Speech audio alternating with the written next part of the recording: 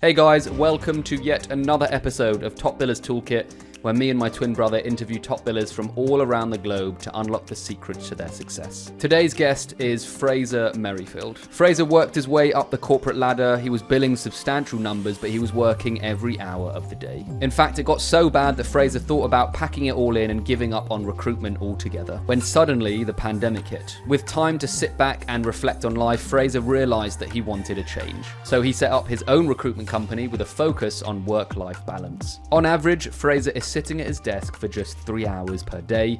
He's on track to bill 180k this year, and he spends the rest of his time doing things that he loves and things that aid his mental health. Today, we're going to be uncovering how the hell Fraser manages to maintain such a brilliant business, providing a fantastic service, billing pretty substantial numbers, and only sitting at his desk for 3 hours a day. We're also going to be talking about how he managed to reinvigorate his love for recruitment and how he's designed his life for optimal happiness. So grab a cup of coffee, my friends, or a glass of wine, depending on when you're listening to this, and let's get into it, shall we? Hey Fraser, how you doing? Yeah, good, thanks. You? Yeah, really good, thank you, mate. Thank you for joining us on our 9th episode. I'm sure I got this wrong. I get it wrong every time. I think it's the 9th episode of Top Billers Toolkit. Really excited to have you on. We always start off the podcast with this question, which is, what would you say is the most important tool in your toolkit, whether it be a mindset, a strategy, or a piece of software? That's definitely not going to be a piece of software because mine's terrible. I am balance. So I'm saying balance. I've actually just watched someone on Instagram absolutely slating the use of the term balance in the it's like the health fields talking about balance being a completely waste of time. But I genuinely think that finding some sort of balance in the way you work is absolutely key. If you want to stay in recruitment. Yeah. Why balance it? Sorry, Ben, go ahead. No, I wasn't expecting that because it's, normally when you ask recruiters, they can't with the typical things like persistence, perseverance. I guess balance is really important. But what does balance mean to you? Because I'm guessing it. Well, right. See, if you look at it, the way I would say it is like, yeah, you can go with like perseverance and determination and the ability to get kicked down 10 times and get up 11. Yeah, great. That's brilliant in recruitment. You have to have that. But there's probably literally no one listening to your podcast who doesn't have those attributes, because that's what we're all recruited for. Literally, we're all interviewed to the absolute hilt to make sure that we've got that mentality of just powering through whatever comes across. So yeah, you need to have all that kind of stuff. You have to have an organization. You have to have method. A lot of people, the toolkit that you've got and your CRMs and all these kind of things, brilliant. They're all in place. But for myself, I've probably not been the highest billing that I've been being balanced, but I'm now in a position where my business is my business, my life's my life, and in between that, they've all merged together. So I don't feel like I'm working all the time. I don't feel like I'm skiving. I've just managed to find this kind of harmony where I'm always in and out of both aspects of my life, and it doesn't really feel like work anymore. I find it amazing. So when Sam told me that you work, and I'm sure this changes, this maybe changes from week to week and month to month, but you said you managed to work about 3 hours at your desk per day, which I think is quite exceptional to achieve that, because it's kind of unheard of. I'm not going to lie, Fraser, it's kind of unheard of. So I'm guessing that's tied into balance. Can you talk us around why you designed your life like that? What's the purpose of that? And if you could go into more detail. You see, this is the bit that I find really funny, that I'm actually sitting talking to top billers when I don't class myself as a top biller, and I don't even set myself in that sort of mindset where you've got your top billers who are out billing 500k, spending the weekends out in a yacht in Marbella. Literally, when we finish this, I'm going to go and pick these kids up at school and go out on the bikes with them, and that is literally where my balance is. I'm 40. I've got 3 kids now. My youngest's 2, my oldest's 8. That is time I will never get back. And it's something that most people won't even consider, but I think it's really, really, it's an interesting technique when you look at whatever's important in your life. Recruitment can consume everything. It can chew up every minute of your waking day, especially if the only thing that you focus on is chasing financials. which is what we're all trained to come in and chase every single penny and chase the financials and be a big biller. Whereas if you actually look at what else is important in your life and prioritize that, you've got a much better chance of being a big biller and being consistent, because you can sustain that. And yeah, I did say I probably do spend on average about 3 hours a day sitting in this office at my desk. Yesterday I spent an hour at the desk. The rest of the day I went and had coffee in Glasgow, met someone there. I had a Zoom chat while I was in a cafe in the city centre. I went out for lunch with my wife. I came home, I spent an hour in front of the computer, then I went and picked up the kids. Then I went for a swim in the loch. So that sounds lovely. It does sound lovely. The dedicated time I spend in front of my desk, I work. And I make sure that working time is 100% effective, because there's no point. I could sit in this office all day. And I could sit, I've got tons of gadgets around here. I've got stuff that I can fidget with around here. I've got computers everywhere. I could sit here and do absolutely nothing and sit at a desk. And you've got that presenteeism thing that's big in the industry of how many hours do you work? You've got to be in at 8. You've got to be working till at least 6. And if you leave the office between these times, then everyone's heads come up and think, what the shit are they doing? Whereas actually, you'd be much better spending 3 hours in front of the computer and spending 3 hours doing something absolutely positive, productive, effective. So today I've got one job that I'm looking at today in software. And my only mission today is to find the right candidate for that software job. I will send one candidate today. I will find the right candidate for that job. That's it. Once that's done, I've had a productive day. I love that. Really interesting. And you've kind of already touched upon it. Sorry, go ahead. We need to come up with a rule sound for asking questions, because the song we do think about. Go ahead, Ben. You kind of already talked about it, and it's like, I think if I was a listener listening to this right now, I'd be like, how the bloody hell do you manage to get 3 hours a day and still, manage it to run, a successful business, and you're not billing 500k, but that's not the definition of a successful business in my eyes. I'm sure lots of people agree with that. It's building a business that works for you. In the hours that you are working, what's the most effective activities to move the needle in your mind? Most of my business is done at the moment. Most of my business is done through LinkedIn. So when I set up the business, I left my previous employer during lockdown. So I had furlough, I had a voluntary redundancy package that I was on. I had notice period, holiday periods. I couldn't be working, but also I knew that I was setting up to work for myself, so I needed to keep the plate spinning. And LinkedIn was a tool that I'd kind of historically used to post up adverts and connect with people in my industry, and that was about it. Same as the majority used it for. So I started to use it as a social before it was kind of a thing, and I just started writing. I think the first week of lockdown, I started writing about working when you've got kids in the house and sharing ideas with other working parents who were in my industry and the software industries and digital in and around the space that I'm operating in, sharing ideas with people about how the hell any of us are going to get through this, because no one knew what we were facing.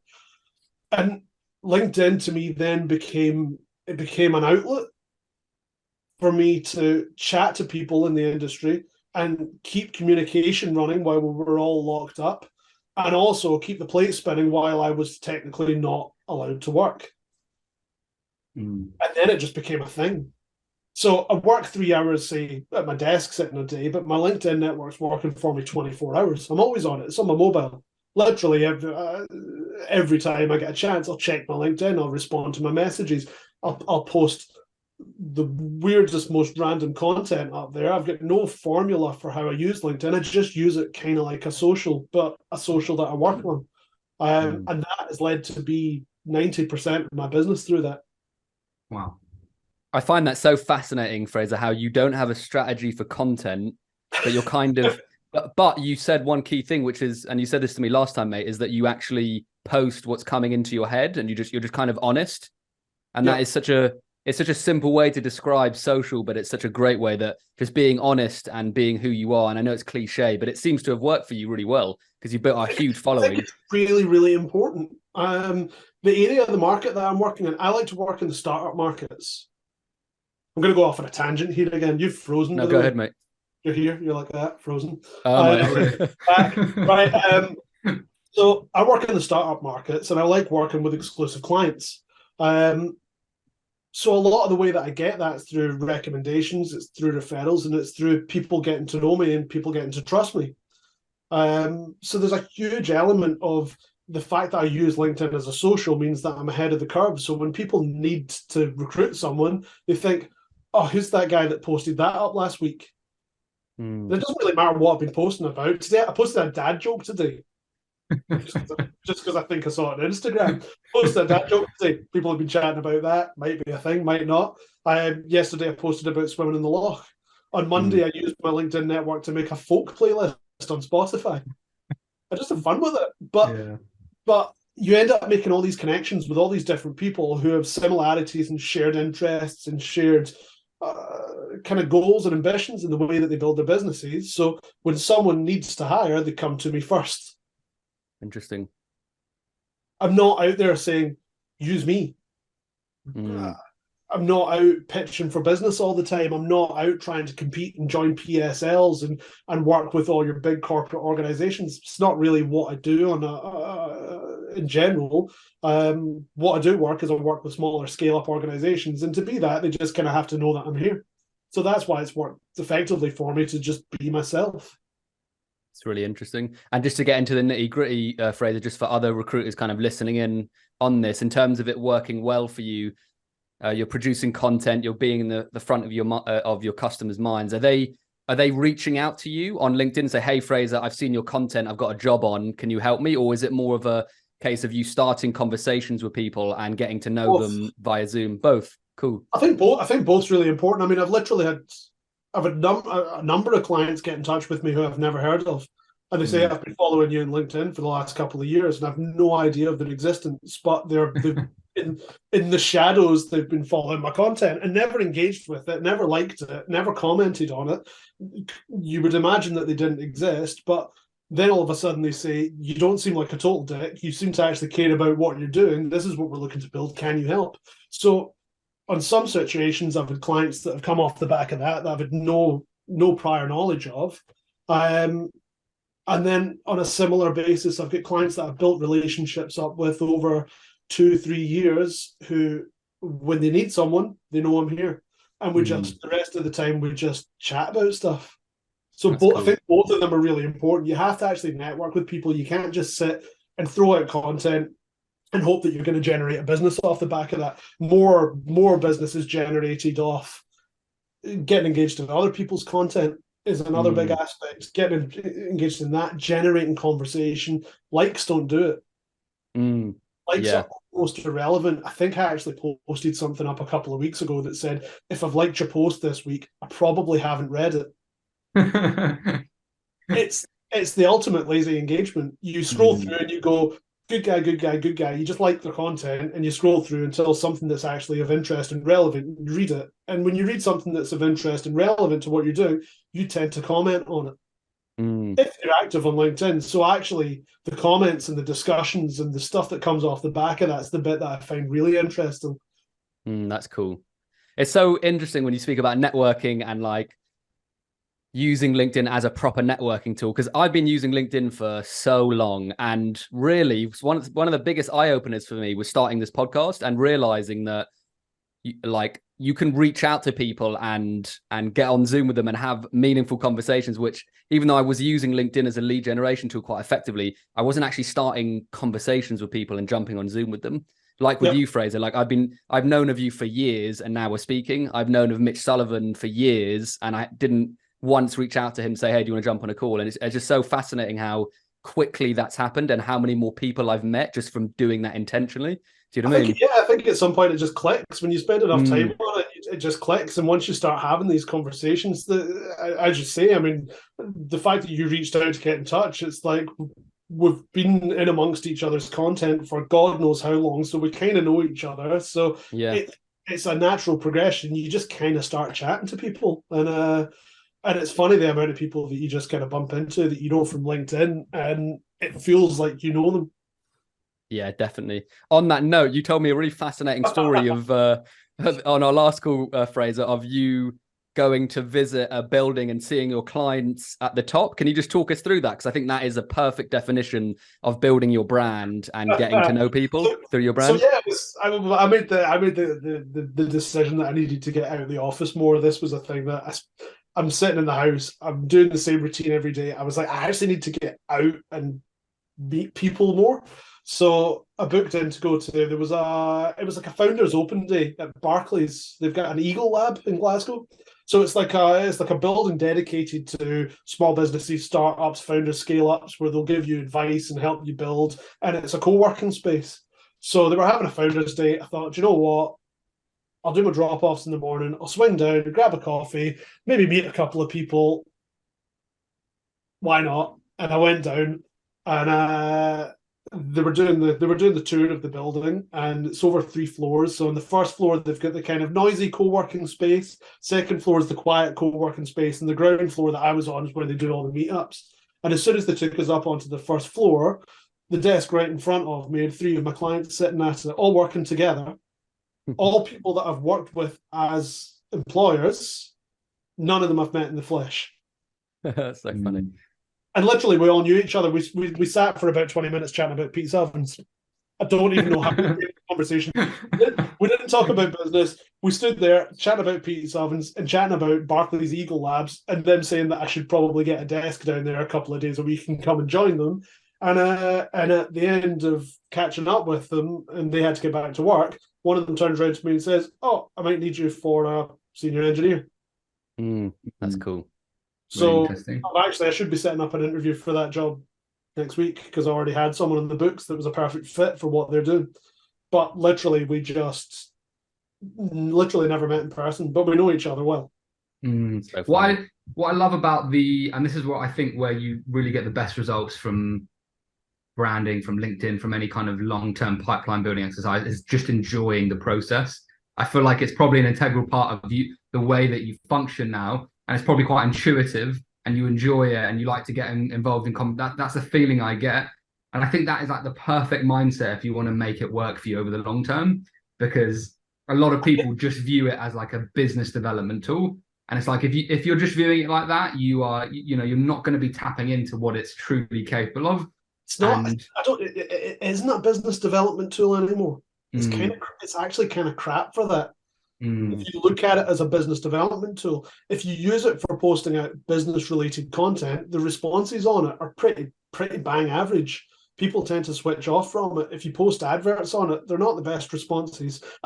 Certainly from the recruitment side of things, it's not a brilliant business development tool. What it's really good for is building people's understanding of who you are and what you make, and that it almost replaces the face-to-face business piece rather than being what the platform used to be. And I think if you take it a step back from there, what you really have to work out before you even go near using it as a branding, as a community, is you need to fucking like what you're doing in the first place.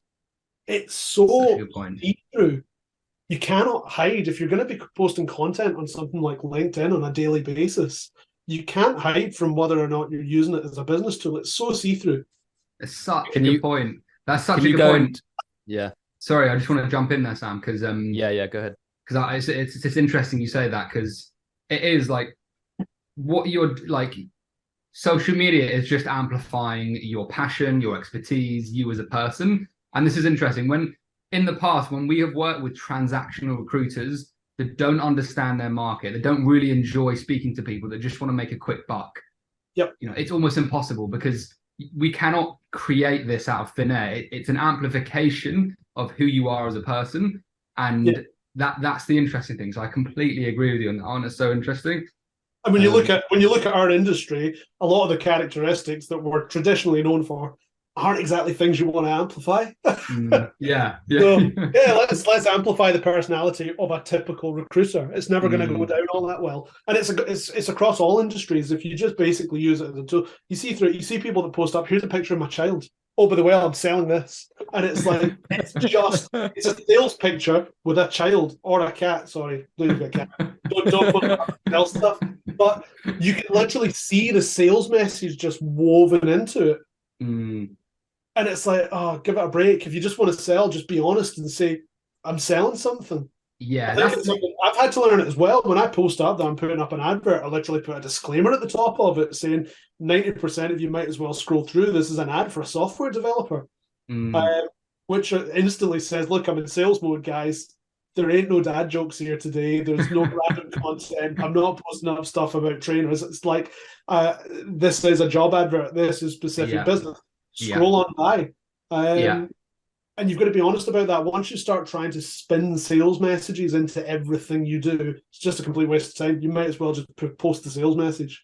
Very good point. I think I just want to give listeners a heads up on this, because this is a really interesting point about content and the balance of sales messages. So we, like you, Fraser, we've been posting a long time, and we've tested rigorously the balance between, we have pillars and the balance between sales. And we've been through periods of posting purely personal, and that wasn't the most effective strategy. We've been through periods of posting purely sales, and the reality is it's a mixture of both. There has to be a fine balance between personal and sales. I think probably if I was to put I'm probably going a little bit more salesy, because I just love experimenting with sales copy and seeing what actually makes people convert. But yeah, I think there's definitely a fine balance with personal posts and sales posts. I would say now, like, the perfect balance is about 20 to 30% sales, 70% personal, and strategic sharing. I like to say strategic sharing because...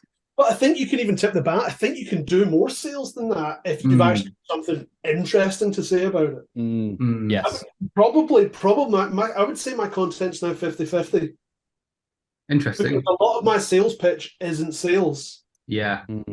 So, for example, I ran a series called the Bullshit Free Recruitment Guide. I think it started as a joke. I love that. Yeah, I remember that. Right, okay, so people, I cut it because the engagement looked crap on it, but then I had all these people message me saying, keep it up, we really like it. But basically what I was running was interview advice, CV writing tips, job application interview advice. It was basically just a series of advice for people in the job market without all the waffly recruiter shit. And it was literally, if you're writing a CV, rip up the rule book, do the hell what you want to do, make it about you, but follow these basic rules. And it was making everything really simple. Now, you could view that as a sales post because it's what I do. It was basically me sticking my flag in the ground and saying, I'm a bullshit-free recruitment consultant. It's a sales post. But it was adding value to people. It's something that with the sales posts, it's very rare that I post something that's just buy from me. The sales post that I put into my content is, here's my experience, here's a snippet of what I can help you with. And so when people do need me, they'll pick up the phone because I've been useful. And I think if you use the sales piece like that, then actually almost add more value than a lot of the stuff. You get people that you see on LinkedIn that every post is a selfie and you're just like, oh, scroll, because there's nothing. It's a selfie. And I'm sick of the selfies now, Fraser. Yeah. And I have to admit, look, I've been a victim of that as well. Like, I've been through a period of doing loads of selfies, but bloody hell, like, when you rely on selfies as a strategy, like, seriously, like, just it works for some people though. That's the scary thing. You say it works, but it's bloody frustrating. I'm like, it's not that I don't mind selfies. It's just like, balance it. Just like, be a little bit more creative. I don't want to see your face every morning. Like, I posted one yesterday. That's fine, Fraser. You balance it out. So you've got a good beard, Fraser. You've got a good beard as well. That was actually one of the reasons I had to post some stuff. I never post selfies, and then I had someone I was working in the gym, and someone messaged me later that day and said, this may sound like a really stupid question, but there was like a really hairy, bearded version of you working in the and I was like, no, I've just grown a beard. And I had to send them a selfie saying, was it this guy? And they were like, so actually, so occasionally I have to post selfies to keep people updated on where the beard's at, because other people, guys, they don't actually recognize me when I walk into the room. So that's so funny, mate. So occasionally I have to post them up to remind people when you look at it. But yeah. I still do it, mate. Honestly, I still do it. But I try to balance it out because But it's useful because I know you guys because Yeah. you post selfies. If you guys didn't ever post selfies, Yeah. you don't build that connection. Yeah, So absolutely. actually, There's always an extreme with everything on LinkedIn, isn't there? There's people that just do sales posts, there's people that just do selfies, there's people that... what do you call a role in your part of the world? I'm like, it's a fucking role. Yeah. But one polls did my head in, but actually polls are one of the most useful tools that are on LinkedIn. Yes. Everyone destroyed them with crap Yeah. about what's your favorite sweet in the Quality Street tin, and you're like, ugh. Yeah. So polls. Sorry, Fraser, what were you going to say, mate? You can use pretty much every part of social in the most horrendous way. That's true. Well, I don't even know what we're talking about. We're talking about sales messages. Yeah, we've gone down a rabbit hole, but that's fine. That's what this podcast is built really, for. Really useful when you use sales messages to actually share advice. I think that's the effective way of doing sales is here's a snippet of what I do. If you want the whole thing, pick up the phone. I'm here. Yeah, totally then you agree. never have to sell. Such a great point. Focus on giving value in sales posts and you'll never go wrong. That's my mentality when I'm posting now. It's like, look, can I provide value to my audience? Can they come away with some form of value? And then they associate the value with our brand. It's like Sam gave me value. Cool. I'm going to make sure I follow him, which we do get a lot more followers when we're giving value. And I'm going to make sure I remember him. Here's my caveat to value as well. Well, it's not really a caveat, but it's an add-on to people kind of correlate value with like practical tips and tricks, but actually for me value is also about a mindset shift. It's changing your perspective on a subject, and I think people don't really correlate that. For me, I almost find a mindset shift more powerful than a practical tip and trick. I mean, you can intertwine the two, but I think if you focus on shifting their belief system, for me that's also incredibly valuable, and that opens up a huge category of posts that you can experiment with as well, which for me is really interesting. It's a great point, what I really wanted to dive into as well, because I get the feeling from what Sam told me and what we know about you, Fraser, is that you're very much an intuitive recruiter as opposed to a process-driven. Because we spoke to Simon, who's like the complete opposite, and there's no right or wrong here. See, me and Simon know each other quite well through LinkedIn. Oh, interesting. We've never met. Annoyingly, he's in Glasgow this weekend, and our diaries just are completely back to back, so I can't catch up with him. But I was giving him, I've got him booked in at a restaurant and things while he's up here. Oh, nice. But me and Simon know each other well. We both have we've got the same idea on how recruitment should be done.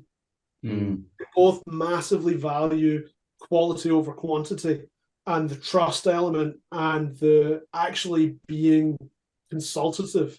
We both have this very much, we're both on the same path in terms of what outcomes that we hope to achieve. Simon is probably the most process-driven person I've ever seen in my life. He analyzes everything. Crazy. Yeah, it's quite amazing. It makes me look like an amateur, I'm not going to lie. So he would probably piss himself if he had to look at. I don't even know if he could analyze my business. It's unanalyzable. I have no CRM system. I've got an automated, an ATS, application tracking system, ATS, that's it. I've got one of those because it gave me unlimited free LinkedIn advertising for like 400 quid a year. I was like, well, I can't really knock that. So I took that, but I don't even use the tracker on it. I sometimes post jobs if I've got more than like 3 on my desk at a time, just as some sort of reminder. I don't do any email chain stuff, email sales. I don't really have a database. It's all on LinkedIn. I've got LinkedIn Recruiter. I don't really use the end messages. I don't see them as being as valuable as my own direct network. So when you actually put my business on paper, it's comical. But it works. Yeah, well, that's what I was going to say. And this is what I love about it. And people think that simple is bad. Well, some people think that you have to have complication and intricacy, but actually if it works, simplicity, I think is beautiful. Having something that's simple that runs is amazing and difficult.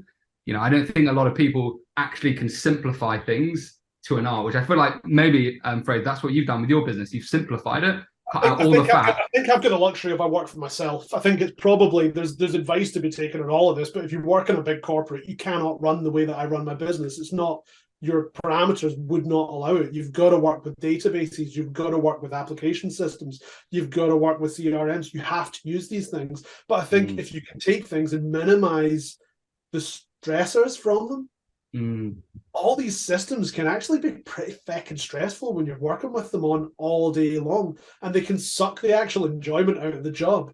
That's interesting. I work with a maximum of 5 clients at a time. And that's like a hard upper limit. If I'm working with more than 3 clients, that's when I start having to kind of look at tracking things and use my tracking system to keep tabs on jobs and things. Usually I'll be working with maybe 3 clients at a time.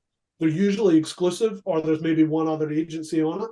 And everything's in my head, in my LinkedIn inbox, on bits of paper, in my diary. I have a to-do list in my diary every day. So tomorrow I've got 3 candidates I need to call, and I've got a client that I need to follow up and some invoicing. That is my diary. But the simplicity of it means that I can focus on what's really, really important, which is the quality piece. As I said, my conversion ratios are huge. My candidate submission to interview ratio is 100% this year. Wow, that's nuts. That's nuts. But I don't send shit. So there's no reason for a client to receive a CV off me and say, nah, not right. If that ever happens, it's an epic fail, because I should know exactly what my clients are looking for, because I know their personalities, I know their business, I know what challenges they're facing, I know all the personal details that make the candidate right or wrong, and then I just go out and find that one right candidate. That's really interesting. So it's, for me, that sounds like a very thorough discovery process, and it sounds like you're getting to know both ends very, very well. This will be interesting for me, and I don't know what the answer is going to be, but in terms of how you go about that process, because I do think that's the key. It's the discovery process, it's the sales process, asking good questions. Is that rigorous? Is that systematic for you? Is that more intuitive? How does that work for you? It's all intuitive. Interesting. There's probably an element of there is a process in my head, but it's a process that I've been working for like 15 years. So it's just in there. I recruit software engineers. I never talk about software. But the most in-depth I get on software is what do they need to have, and what can we flex on? And they'll give me a list of skills that they need to have, and then I'll usually try and flex them on it anyway and say, well, what if? So even when I ask about the technology piece, it's more a probe to see whether or not they really need it. Yeah. I'm not a software developer. If a candidate talks to me about software development, then my eyes tend to roll, I'll shut off, and I'll lose all interest. It's literally that simple, because I tend to find that people hide behind technology when they're not comfortable with it. So if you're not talking about technology, what are you talking about? People, culture. The reason I set up the business was I don't have any skills at making shit, but I really like making stuff. So I've ended up in recruitment, and I work in tech recruitment because I love technology. So basically, when I actually stripped it all down, I was like, what do I like doing? And I like building things, and I like technology. So my entire business is about building cultures around technology. It's building teams. That's what I love doing. So I won't move someone if it's not the right move for them. I will never move a candidate if it's not going to progress their career over the next 12 months. I will not put someone into a team that I think is going to upset the balance. I will not put 2 people together if I think there's going to be a personality clash. So I spend all my time understanding the people in the process,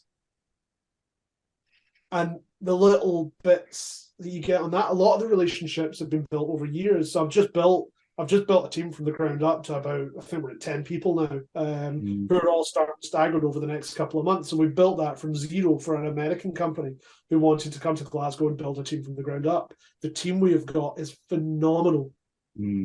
Because I think pretty much every single person in that team I've known for 18 months to 3 years, including the manager that's heading it up. I've worked with the manager over his last 3 positions. I know him really, really well. And I know that he's phenomenal at what he does, and all I have to do is put the right people in front of him, and the guy's an inspiration. So what we've built there is potentially one of the best software teams in Glasgow, and I've got no idea what they do in terms of software. That's mad. I love that. That's amazing, Fraser. Actually, the technology and what they do, I've actually interviewed candidates and forgotten to tell them.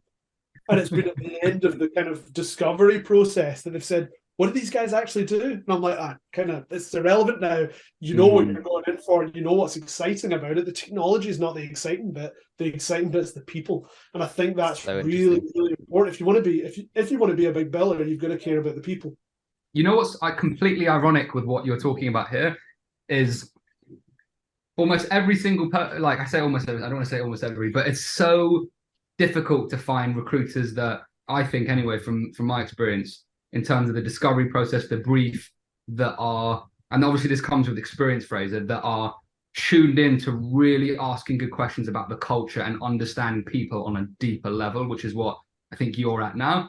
It's like, but it sounds like that is the formula, because you haven't need to understood anything about the software, but you can still build incredible teams. But I feel like there's a massive gap that's missing in the recruitment industry. Why do you think that's missing? Because we're taught it wrong. We're taught KPIs. You're brought into the recruitment industry, you're chucked a bunch of KPIs, and the KPIs are wrong to start with. KPIs have a place. My number one KPI is a 100% submission to interview ratio. My second KPI is a 90+% success rate on first interviews. It's currently at 95%. It was flawless until last week. I had 100% success at first stage interview until last week.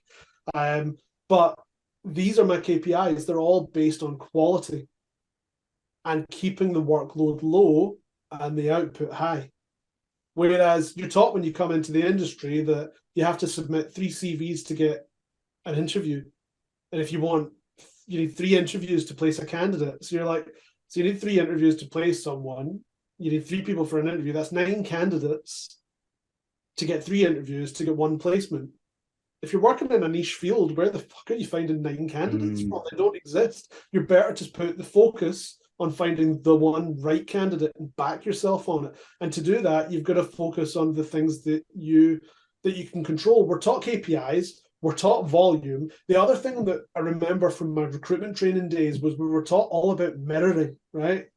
The sales technique of mirroring. Everything has to mirror your clients, mirror your candidates. At no point are you ever encouraged to be yourself. In which case, when you come to building a culture, everything's about mirroring. And that's not how cultures get formed. You cannot create a culture yourself. No company can create a culture. It's the sum of its people. And to build the best culture, you need a mix of people. Why diversity is key. It's diversity of thinking. It's got nothing to do with color or ethnic background or country of origin. It's to do with upbringing, and it's to do with the way that people think. And people from different backgrounds have been trained different ways of thinking. And you throw loads of people with different ways of thinking in a room together, they'll challenge each other. So what you've actually got to look at is the complete opposite of what they were taught in an industry of this mirroring concept. You actually have to go and look at a team and say, what's missing?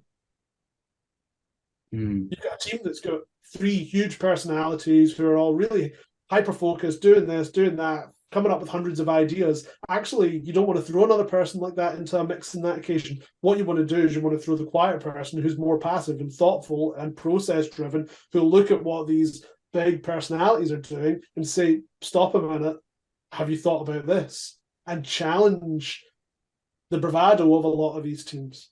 So you want someone that's going to be analytical. You want someone that's going to be really ideas focused. It's where things like ADHD come into the mix. ADHD people tend to have 1,000 ideas that come through their head on a regular basis, be massively creative, be massively hyper-focused, but have the attention span of X amount of weeks in one certain area.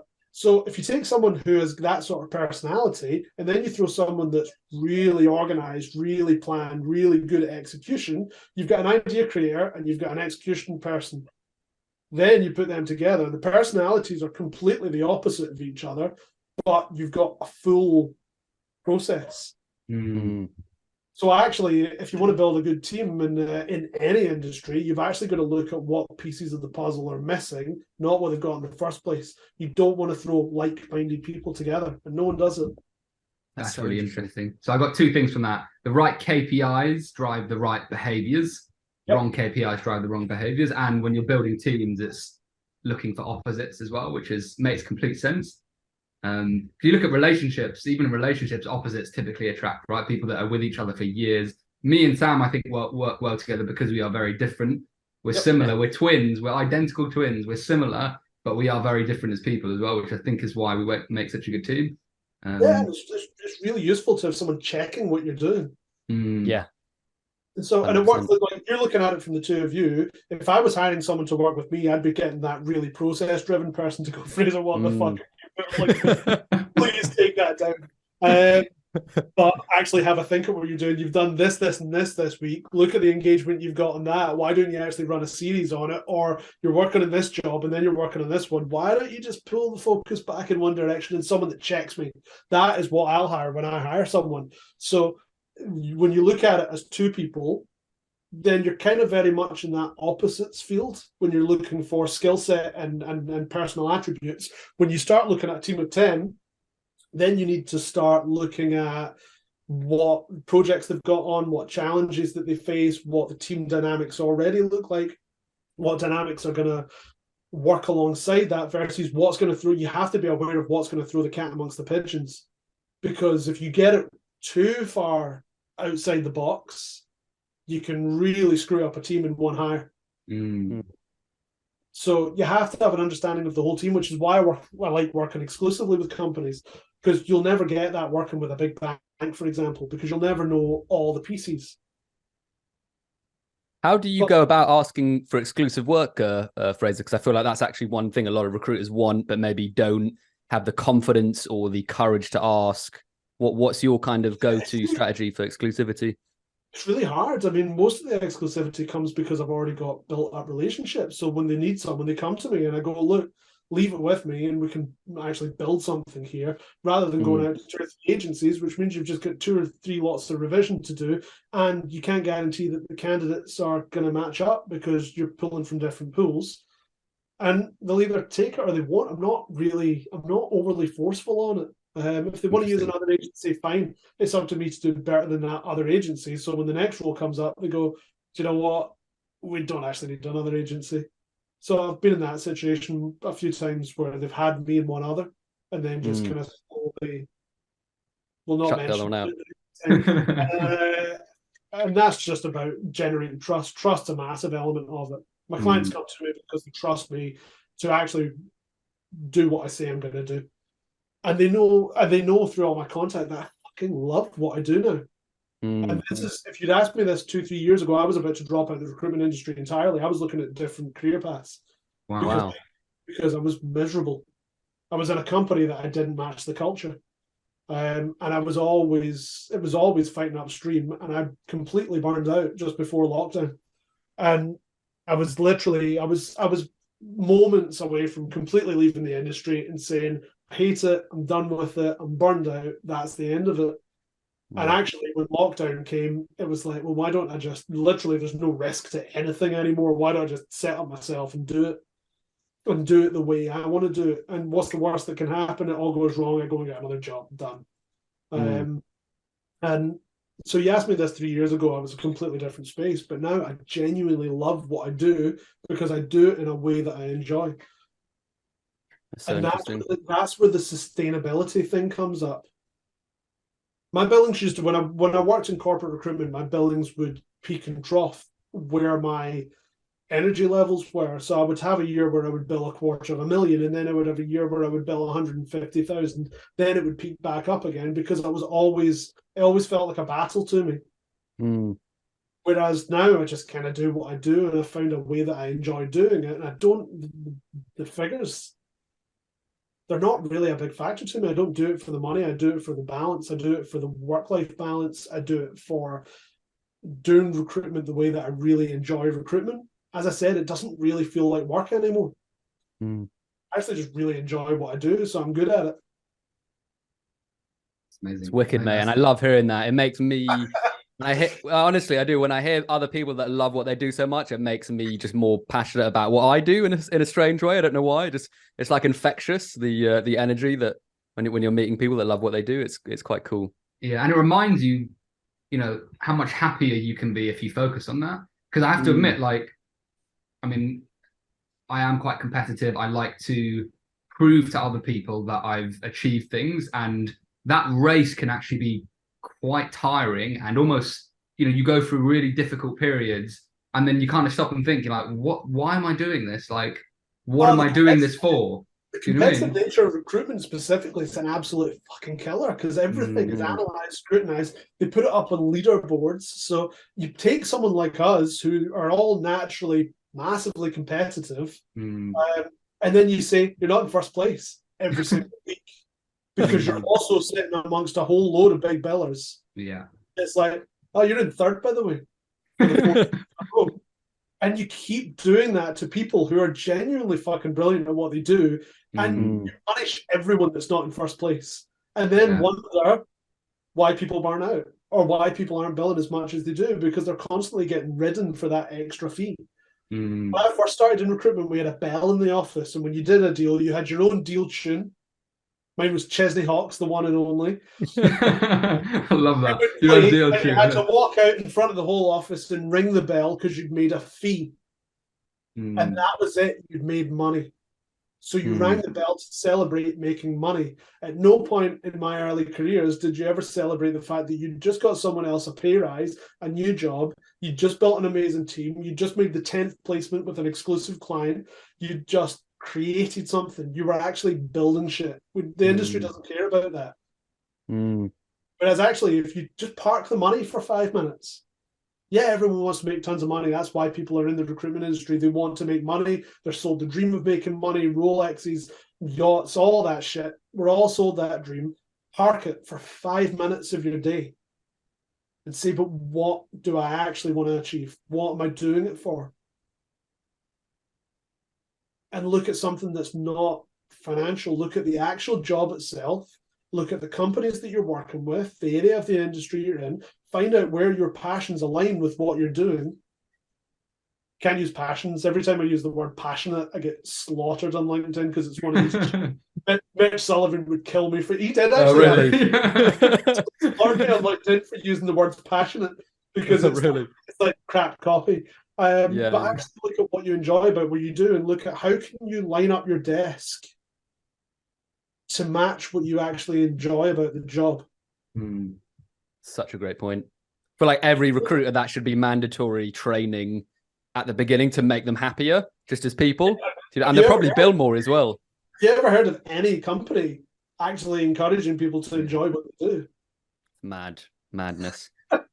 So you've got a bill. Say you've got a biller sitting billing $500,000, and it's like the only thing that employer will analyze is their KPIs, their statistics. They'll dig through and say, oh, you sent 56 CVs last month and you generated X amount with this conversion ratio, blah, blah, blah, blah, blah. If you just sent an extra 3 CVs, I'm pretty fucking sure they would have done it if they could. You've got these people that are sitting at the top of their game and all we're doing is analysing their stats and looking at how you can squeeze or rinse that extra bit out of them. Whereas actually when you say, well, what felt right last month? What clicked? What did you enjoy? What clients were really good to work with? What ones don't? What ones are draining your time? And it's like, such a great point. Half the time making more money is probably about dropping a couple of clients that are draining the life out of you. Oh, mate, we could speak another half an hour just about that. We're coming to the end of the pod, Fraser, and we usually end with this question. Cold calling, yes or no, in your eyes, for the modern recruiter? Does it work? Is there a place for it? What's your opinion? I haven't done it recently. I haven't done any business development for the last 2 years. It's, other than my net, I've not made a business development call, but 100%. Wow. And yes, it's really important. I built my career on cold calling, especially early days. You get taught so much for it. I was chatting to someone about this recently, that it's an art form that's dying as well. Because, like, see, when I was like 10 years old, if I wanted to speak to my girlfriend, you had to pick up the corded landline and you had to phone and speak to your girlfriend's dad. And say, can I speak to it? So you had to kind of be charming without being so funny. Charming. You had to be polite.